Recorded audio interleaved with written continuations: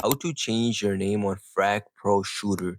So this is the simplest and the easiest version. So this video does end up helping you. Make sure you like and subscribe and leave a comment down below if you need any help. So what you have to do firstly is you're gonna have to slowly go all the way to the left on top and click on your profile avatar right here.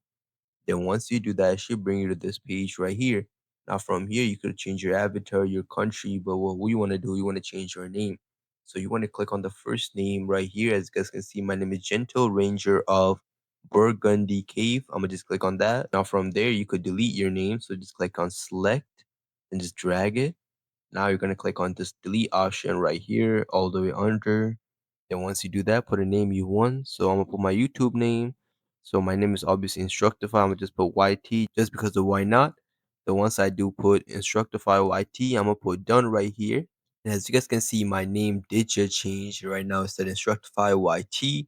So if I go back, my name has changed also right here.